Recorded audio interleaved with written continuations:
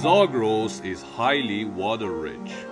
For every 20-30 kilometers, you would be encountering a waterfall, a river, or a stream. Now, with this amount of water availability, you might expect that the earliest civilizations in the Middle East perhaps were established in Zagros. That is not entirely true.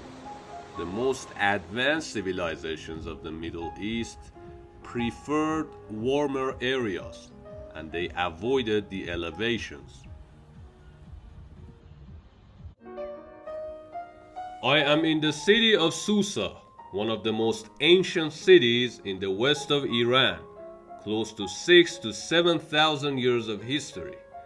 And it is April right now, and the temperature reads 37 degrees Celsius. That's close to 100 degrees Fahrenheit.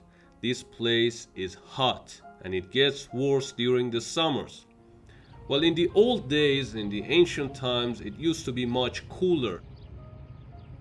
The crops, specifically the wheat and barley, require temperatures between 12 and 25 degrees Celsius.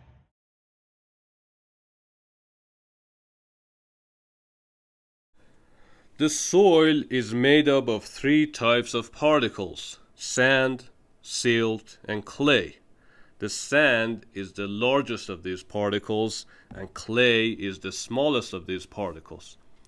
Now, in order to grow wheat, you must have a balance of these three types of particles in the soil. About 1/3 of each would do.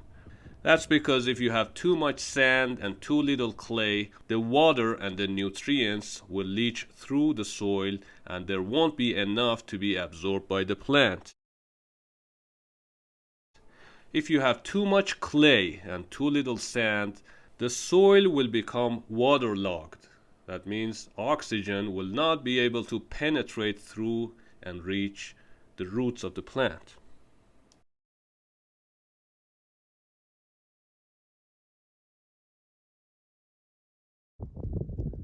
The white patches that we're looking at are salt. When the land is too arid, the underground water starts moving up to the surface and evaporates. And then it brings the salt to the surface. This condition is not favorable for plant growth.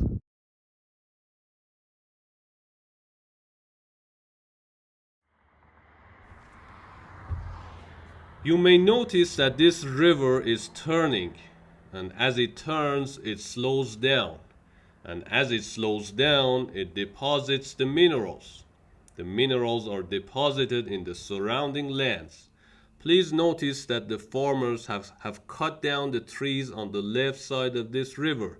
They are making this land ready to do farming because that area is rich in minerals.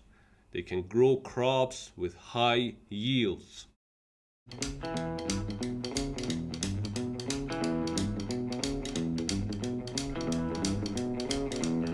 The American archaeologist James Henry coined the term Fertile Crescent.